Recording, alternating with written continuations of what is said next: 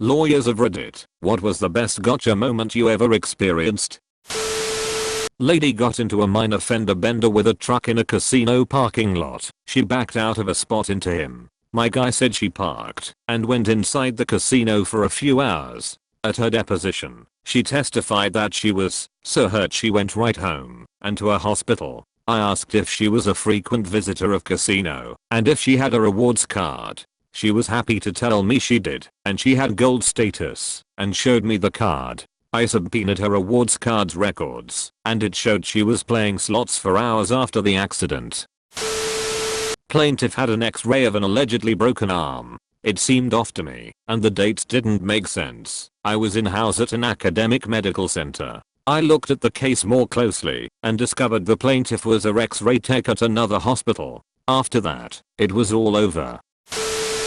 My client's house burned down from an explosion in the fuel oil tank used to heat the house. It was clearly the oil maintenance company's fault, but his homeowner's insurance, from a very reputable company, still refused to pay out, citing a ridiculous technicality in his policy. Essentially, the policy covered damage caused by the oil heater, but they claimed that it was the storage tank that exploded and wasn't part of what was covered. So they deny his claim, which was about $2 million, and then I get involved. During a deposition with the claims adjuster, I ask how she came to the conclusion that the storage tank was not a part, or at least connected to, the heater. She states that she relied on her expert witness who was an engineer. Little did she know I had already checked this person's background. He had zero engineering experience or education. As most of you might know, you don't get attorney's fees in most cases. However, when an insurance company denies your claim in bad faith, now you do. Her little admission cost the company about $500K in fees, on top of the original claim for $2 million. I was trying to get a restraining order for a woman in DV court from her son's father. We are presenting testimony, and she details a story where he grabbed her arm and slammed it on the tub, breaking her wrist. On cross, I asked the accused if he ever broke my client's wrist on purpose. His response F*** yeah, I did. She was 9 months pregnant, about to smoke crack, and wouldn't stop. I tried to grab her arm to get the pipe and protect my unborn son. F*** me. She left that detail out in her conversations with me. I had a former client file for bankruptcy, and in connection with that case, brought an action against his landlord for violating the automatic stay. In order to prove damages, he wanted to show he paid my firm for legal fees in connection with the landlord's pursuit of rent in violation of the stay. So this former client's bankruptcy lawyer serves me a subpoena to show up at the bankruptcy hearing. He didn't ask me any questions prior, but just gave me the gist of what the objective was, i.e. verify with the court the time I spent and the cost to his client. The bankruptcy attorney called his client, my former client, to the stand first. He asked him questions related to his hiring my firm to do this, and that as it related to his landlord. Apparently that's not enough. The bankruptcy attorney wants me to verify these facts as well. I get put on the stand, and I'm asked to verify the invoice. I first object to the question as a precaution, since it may be a violation of attorney-client privilege, to answer the question and to cover me for any claim by the bar or my former client. As predicted, the judge overrules and orders me to answer. I review the invoice, answer, no, this is not my invoice. His attorney, I don't understand. This is your firm's logo and information, right? Me, yes. His attorney, and you provided these legal services, right? Me, no. A very confused attorney slowly started to put together, after a couple more follow-up questions, that this idiot client of ours had manufactured my invoice to prove his damages. Needless to say, that I could have given his new attorney the heads up, but I wasn't going to help someone who had committed perjury to the court using my name. I had represented him in a completely different matter, and this guy was trying to make some extra cash through this bankruptcy hearing. To lessons, tell your attorney everything, and as an attorney, make sure your client feels comfortable to tell you everything.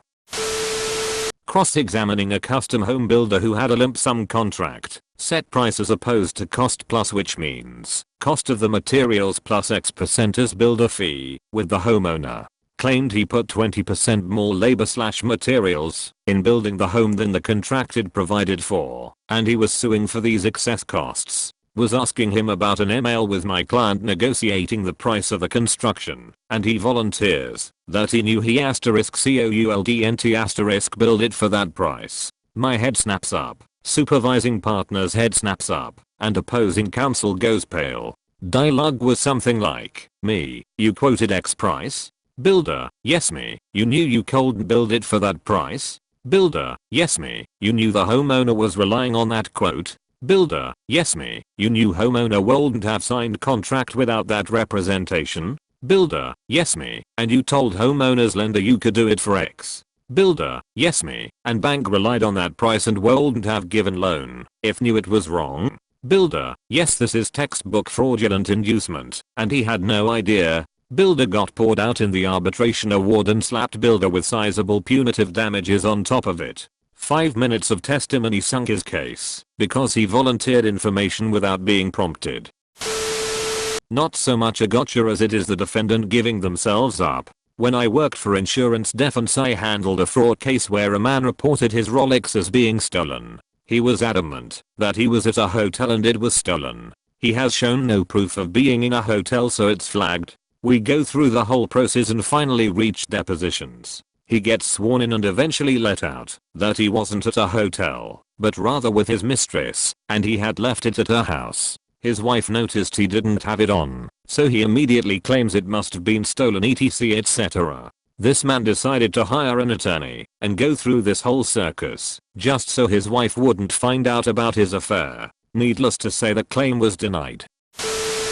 Not a lawyer, but when I was in the military I was accused of something I didn't do, and I had to go to court over it. And during court the prosecutor started to detail this investigation and how they had staked my apartment out for months. They entered into evidence a picture of my apartment, and when they put it up I looked shocked at my lawyer. BC, it wasn't a picture of my place. It was my ex-wife's apartment. A place I had never lived, never even spent a single night there. I lived in a house, she lived in an apartment. And when my lawyer was asked if she objected to the picture being entered into evidence, she replied, I don't mind them entering it into evidence, as long as they change the listing of it. And when one of the members of the panel, no judge, 3-member board, asked what was wrong with the listing, she looked at him and said that's not his apartment. On top of this, the witness they used against me described going to my house on the night in question, and she named the subdivision where she had visited me, except that wasn't where I lived either. Also wasn't where the picture they had was either.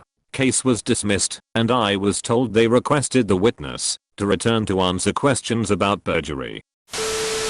Had a client accused of leading the cops on a high-speed chase. The cop on the stand estimated he was going 90 miles per hour, but never actually clocked him. Then the cop identified where the chase started with me and where it ended. It lasted about 2 miles. Then we went through his log of when it started and when it ended. About 3.5 minutes. Once you walk through the math on that, the average speed of this chase was 35 miles per hour. Client got acquitted really quickly after that. Perhaps not my best, but it was recent and pretty good. I represented a guy whose car died in the middle of the freeway at 4 AM. He put his hazard lights and called 911 for help. At the same time, an LAPD cop heading to work around the same time in a police unmarked car was driving around 87, 92 miles per hour deconstructionist. He doesn't see our guy, strikes him and causes a major 6-car collision, including overturning an 18-wheeler truck. Police arrive and take photos. LAPD officer claimed our guy did not have his hazard lights on, and he was only driving 60 miles per hour. He was trying to put some of the fault on our guy. At the deposition of the investigating officer, she doesn't remember if our guy's hazard lights were on or not. Attorney bring photos from the scene. One of the photos showed my guy's hazard lights on. We were dismissed shortly thereafter. The first case I ever did, opposing counsel misplaced the copy of my client's driver's license. Rather than admitting his mistake and asking me to rescind it, he filed a motion to compel, claiming we never sent it. Represented a DUI client who swore up and down to me he hadn't been drinking or doing any drugs. Newbie officer who had his field training officer with him in the car. Rookie pulls client over for attack violation. Walks back to the car with body camera still on. Training officer says get him out for a DUI and the rookie says, but has not intoxicated, to which the reply was do it anyway. Body cam clicks off, turns on 7 minutes later, and they're doing field sobriety exercises on my client. Client sat in custody for 3 weeks, until I finally got the tape from the prosecutor, and presented it to the judge. The OS **G looks from the prosecutor and FTO. When the judge saw the tape, he'll treasure that one. Judge wrote the police chief a letter saying the FTO was dead to him and had denied every search warrant he tried to bring thereafter for being a liar. Client is hopefully still on track with his civil attorney in a lawsuit.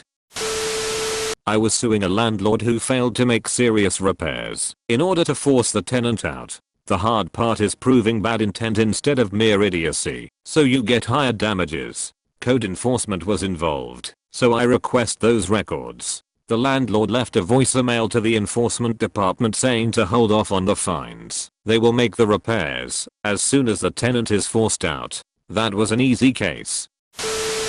My brother is an attorney. He had a case where the guy said he was permanently disabled from a work accident. At a deposition, my brother overheard the guy talking about getting his house remodeled. He was already spending the money he thought he was getting. My brother drove by the house to see how much work was being done and saw the guy carrying bundles of roofing shingles up a ladder to the roof. This was before smartphones, so he drove to a Best Buy and bought a video camera, went back and recorded the guy. He had copies made and sent to the other attorney. The guy dropped the suit and was back at work the following Monday. My brother's client didn't want to pay for the video camera. He saved them thousands of dollars. They eventually paid, but he still gets a little peeved when he talks about it.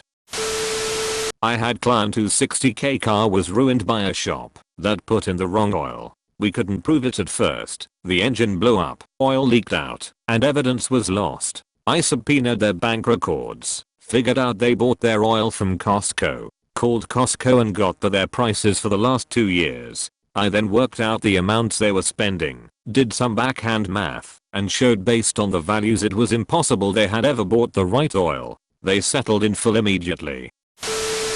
Not a lawyer, but a legal videographer. This gentleman was claiming injury/seeking damages against his employer after a fall at work. He claimed he couldn't raise his right arm above his shoulder because of the fall. First deposition comes along, and I'm hired by defendant's attorney to videotape deposition of the plaintiff. Anyone know the first thing a court reporter asks you to do in a deposition? Please raise your right hand and repeat after me. Plaintiff raises his right arm above his shoulder with ease, and no sign of discomfort does not occur to him what he has just done. Both attorneys were looking down at their notes when this happened, and neither of them caught it. The plaintiff himself didn't catch it. The court reporter looked at him and then looked at me, and her eyes went wide with realization at what just happened. 4 hours of deposition proceed wherein the plaintiff is instructed multiple times to show his range of motion and proceeds to pretend like he can't raise his arm above shoulder level, which he did at the very beginning of his deposition. Deposition ends. Plaintiff's counsel leaves. I call defense, hiring party, counsel over and show him the first 2 minutes of tape. Counsel excitedly whispers to me, "Case closed. You just saved us tens of thousands of dollars." I got a $5,000 bonus and plaintiff's case was dismissed with prejudice.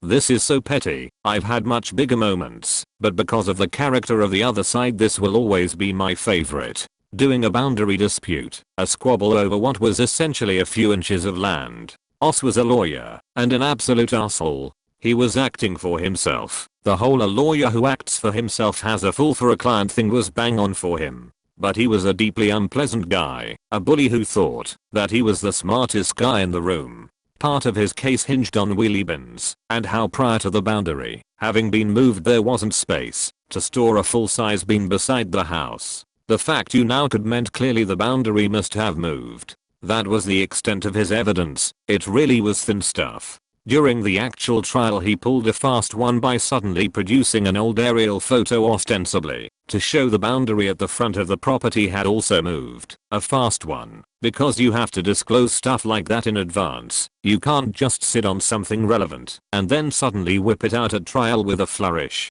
whilst he was making his submissions, that it should be admissible. I looked more closely at it, away from the bit of the boundary he said it was relevant to, and realized that it very clearly showed a wheelie bin in exactly the spot his case said there couldn't be one. Told the judge we were happy for the photo be admitted after all, got the other side to confirm the date it was taken, then pointed out he'd just completely F***KED his case. That photo did him for nearly 50k in adverse costs. Couldn't happen to a more deserving chapter.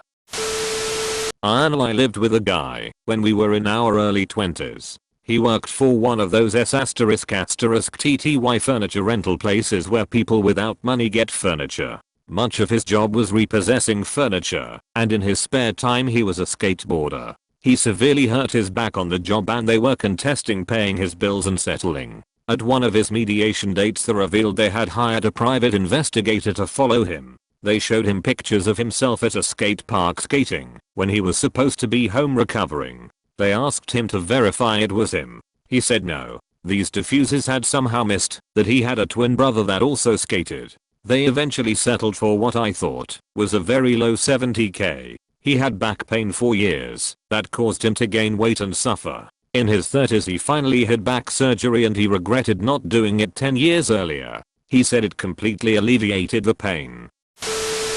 Not as exciting / in the moment as some other ones here, but we hired a private investigator to track our defendant in a fraud / asset recovery case. Private investigator returned with a photograph of torn pieces of paper that clearly constituted a ripped up note, albeit in a foreign language. I happened to know said foreign language, so pieced it together and realized it was a letter written by the defendant raging at his accomplice for making highly specific mistakes that F***KED him over in the context of our fraud / asset recovery case. Obviously, we later had this verified and sworn to via affidavit by an official translator. It was unbelievable. The handwriting was a match. Plus, he'd also signed it, and the contents were so specific. Contained information about specific amounts going into specific trusts under specific names, that it was basically a smoking gun. We almost thought they'd planted it to throw us off, but the guy was just stupid and arrogant. Ran into a bit of a fight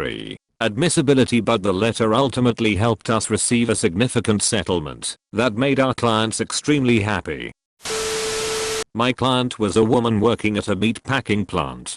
Her glove, they would only give her the loose kind because they were cheaper, got caught in the machine, and she lost her arm. We sued the owners of the plant for the glove issue. We also sued the machine manufacturer for failing to include the required guard. Then we sued the distributor for being in the chain of the sale, but didn't really think they played much of a role. The manufacturer swore they included a hand guard and said the plant owner must have used a grinder to take it off. During a deposition of the guy that owned the distraction company, he shows up with the sale documents he was supposed to have turned over weeks before. Turns out there was a note in small print at the bottom he didn't know about that said the sale was without the hand guard, which is against the law. I pointed it out, and we ended up settling that afternoon with the distributor. The woman got all her medical bills paid, got money for a prosthetic, and got a bunch of pain and suffering damages. In a protective order hearing, a respondent admitted on cross that he choked his partner. His attorney looked like his head was going to explode. The judge still only granted an order not to abuse. He wouldn't grant the stay away or any other relief we asked for. Go figure. I was deposing a guy in a large breach of contract / fraud action. I asked him if he'd ever been convicted of a crime. He said no. Later in the dep I asked him the question again and there was no objection and he answered no. I then whipped out his indictment for felony fraud and his conviction for misdemeanor conspiracy and he denied it was him until I started asking about his co-conspirator, his son, and then he gave me the "oh yeah, I remember something about that." I was representing mom in a bitter custody fight. Dad wanted full custody and argued mom was an unfit parent. Mom wanted full custody because dad had a history of domestic violence towards her and the kids. Dad's lawyer was doing a good job of painting her in a bad light during his cross-examination, and I was starting to get worried. His lawyer brought a close family friend as a character witness for dad, who said the usual nice things about dad. Then he said something about the moaning chickens. I thought that was odd, so I asked more questions. I was able to get the friend to spill the beans that the dad owned chickens for illegal cockfighting, and he'd take his minor children to these cockfights, and when the children were acting up, he'd punish them by forcing them to feed the chickens, during which they would get pecked and scratched by the chickens. And obviously, the children were terrified of those chickens. I could see the color draining from dad's lawyer's face. Mom got full custody. I acted for a plumber who ripped up a tile floor to replace a pipe. He installed new tile on top, but warned the owners not to walk on it for 48 hours. He emphasized not to let their kids or their dogs walk on it either. They walked on it, but alleged the defects were caused by improper install. We had an expert do a report which confirmed that it was consistent with proper installation, but people walking on it too soon. Crazy Home owners still went to trial on it. In their evidence disclosure they included a series of pictures. One of the pictures had in the foreground a tile that was tilted upwards. The background very clearly showed a dog's paw pressing down on the other end of the tile. That wasn't so much an I got them situation as they got themselves. TL. Doctor, ex-wife gave away custody of my daughter while angrily arguing with the judge. Not a lawyer. Was taking my ex to court over custody of my kid. I had compiled a 150-page dossier complete with a report from Child Protective Services, since there was abuse in the household. Text messages and tons of records of contempt of our previous agreement. My daughter has a court-assigned lawyer. That is normal in these cases, which after reading through all the materials and talking to all the parties sided with my lawyer, and I the ex decided to represent themselves because hubris, I suppose. Before the case was heard in the hallway outside of the courtroom, she gave me an agreement she typed up which would grant me custody as well as some generous provisions for herself. I politely declined as we were confident we would be getting a lot more in trail. Case was called. Testimonies in. She put on the most hilariously insane and embarrassing show for the court. In her closing testimony she attempted to hand the judge the agreement she tried to give us. Judge refused to take it. You can't just hand me things. That's not how you submit things into evidence. I'm not reading that. She's arguing with the judge, yelling at him, and losing her ***T. In the insane nonsense she was spewing she said, and this agreement gives him custody, which is one of the things he's after, in what I assume was an attempt to show that she's attempting a compromise. My lawyer peppers in a quick statement, okay, so you agree for the father to have full custody? She snaps in heated anger, yes. That's what I agreed to. Our side falls completely silent and the judge, after much effort, ends her little outburst. Gave his final verdict, which started with granting me custody and putting her in court-mandated therapy. She literally gave away custody of her daughter in a heated argument with the judge. Make sure to like and subscribe for more daily content. Thanks for watching.